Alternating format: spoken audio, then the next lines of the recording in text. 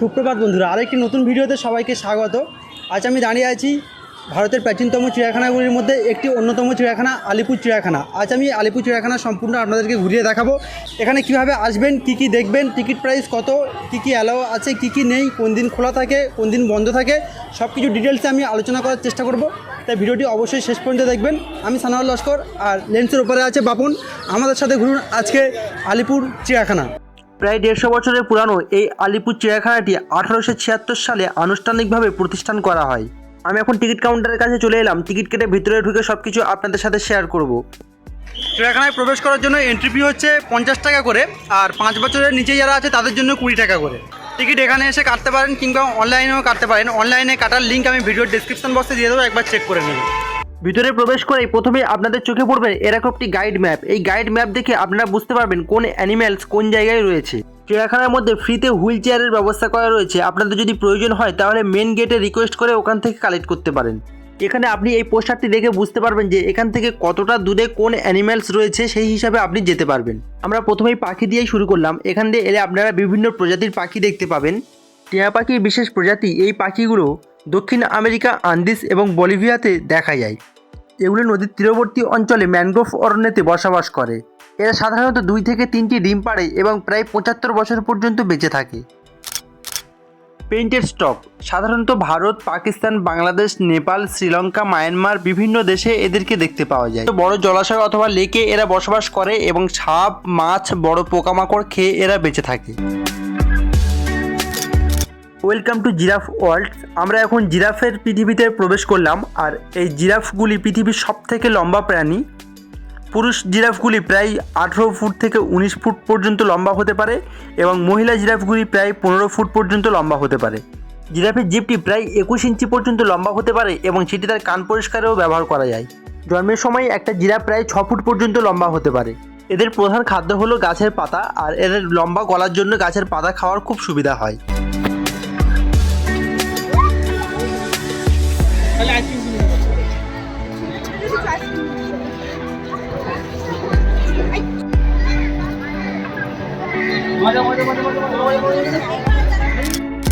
Welcome to tiger ডেন। বাঘের গুহাতে আপনাকে স্বাগত। এখানে একটি বাঘ শুয়ে রয়েছে এবং অন্যান্য দিকে আরও অনেক বেঙ্গল টাইগার সহ অন্যান্য টাইগার রয়েছে।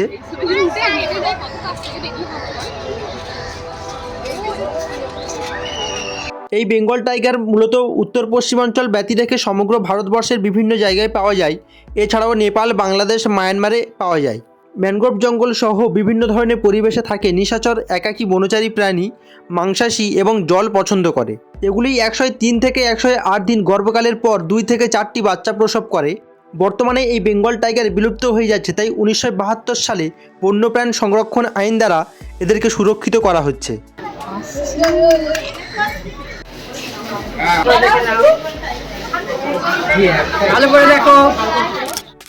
হোয়াইট টাইগারও এক ধরনের বেঙ্গল টাইগার। আর হোয়াইট টাইগারগুলি পশ্চিমবঙ্গ সহ ভারতের উড়িষ্যা, আসাম, মধ্যপ্রদেশ বিভিন্ন জায়গায় দেখতে পাওয়া যায়। অন্যান্য রয়্যাল বেঙ্গল টাইগারের থেকে হোয়াইট টাইগারগুলি আয়তনে বেশি বৃদ্ধি পায়।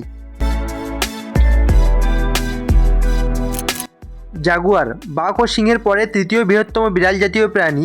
এরা মাংসাশী প্রাণী এবং গড়ে 10 থেকে 12 বছর বাঁচে। সংরক্ষিত অবস্থায় প্রায় 20 বছর পর্যন্ত বেঁচে থাকে। তারপরেই চলে এলাম বনের রাজা সিংহ দেখতে। এরা বিড়াল জাতীয় প্রাণীদের মধ্যে দ্বিতীয় বৃহত্তম প্রাণী, আর দিনে প্রায় 20 ঘন্টা ঘুমিয়ে অথবা রেস্ট নিয়ে এরা কাটিয়ে দেয়। এরা 20 থেকে 22 বছর বাঁচে এবং 103 থেকে 105 দিন গর্ভাবস্থায় 2 থেকে 4টি বাচ্চা প্রসব করে। হাতি বৃহত্তম স্থলচর প্রাণী। বিশ্বের বিভিন্ন জায়গায় হাতি দেখা গেলেও আফ্রিকাতে সবথেকে বেশি হাতি দেখা যায়। এগুলি এশিয়ান হাতি, আর এশিয়ান হাতি আফ্রিকান হাতির থেকে আকারে খানিকটা ছোট হয়। এরা সাধারণত গড়ে 60 থেকে 70 বছর পর্যন্ত বেঁচে থাকে।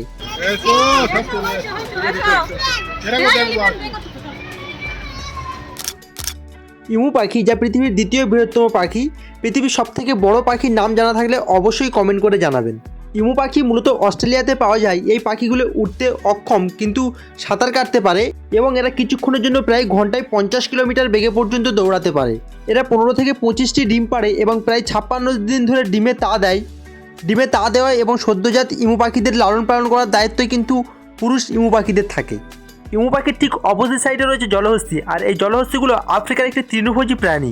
এরা প্রায় 40 থেকে 50 বছর বাঁচে এবং চামড়া প্রচণ্ড মোটা হয় এবং শরীরকে ঠান্ডা রাখার জন্য বেশিরভাগ সময় জলের মধ্যে ডুবে থাকে। এদিকে রয়েছে ভারতের জাতীয় পাখি ময়ূর। সাদা ও বিভিন্ন প্রজাতির ময়ূর এখানে দেখতে পাবেন আপনারা।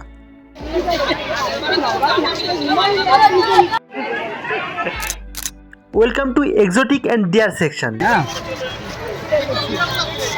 এখানে প্রবেশ করে আমরা প্রথমে দেখতে পেলাম জেব্রা।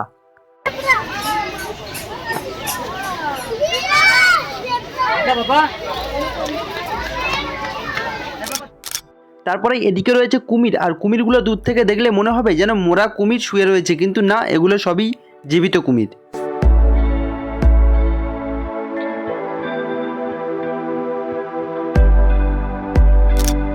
এদিকে রয়েছে একটা বিশাল আকারের কচ্ছপ।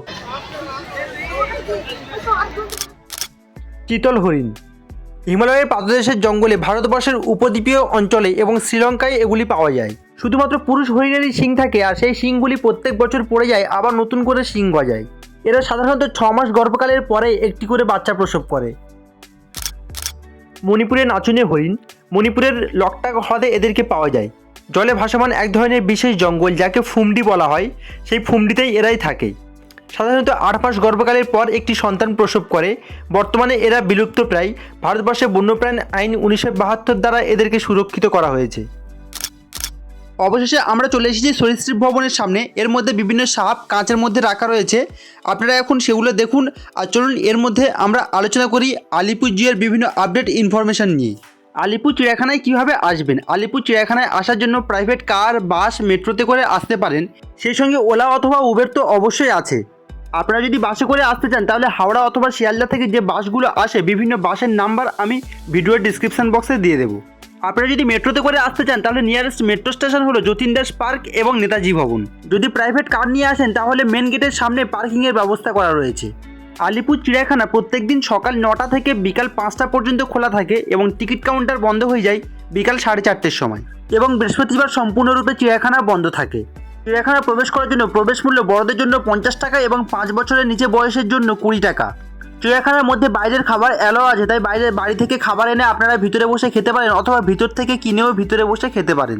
চিড়িয়াখানার মধ্যে cricket, football, badminton, flying disc এসব খেলা সম্পূর্ণরূপে নিষিদ্ধ। চিড়িয়াখানার মধ্যে আপনারা পানীয় জল এবং শৌচালয়ের সুব্যবস্থা পেয়ে যাবেন। ভিডিও শেষে একটাই অনুরোধ রইল, এখানে এসে অযথা নোংরা করবেন না এবং পশু পাখিদের অযথা বিরক্ত করবেন না। তাহলে আর দেরি নয়, একদিনের ছুটিতে চলে আসুন বন্ধু অথবা পরিবারের সাথে, ঘুরে যান আলিপুর চিড়িয়াখানা। সম্পূর্ণ চিড়িয়াখানাটা আপনাদেরকে ঘুরিয়ে দেখালাম। আশা করছি ভিডিওটি ভালো লেগেছে। ভিডিওটি কেমন লাগলো অবশ্যই কমেন্ট করে জানাবেন। আর চিড়িয়াখানা সম্পর্কে যদি আর কোনো কোশ্চেন থাকে কমেন্ট করবেন, আমরা যথাযথ রিপ্লাই দেওয়ার চেষ্টা করব। ভিডিওটি শেষ পর্যন্ত দেখার জন্য অনেক অনেক ধন্যবাদ। সুস্থ থাকবেন, ভালো থাকবেন এবং আমাদের সাথে সর্বদা এইভাবে ঘুরতে থাকবেন।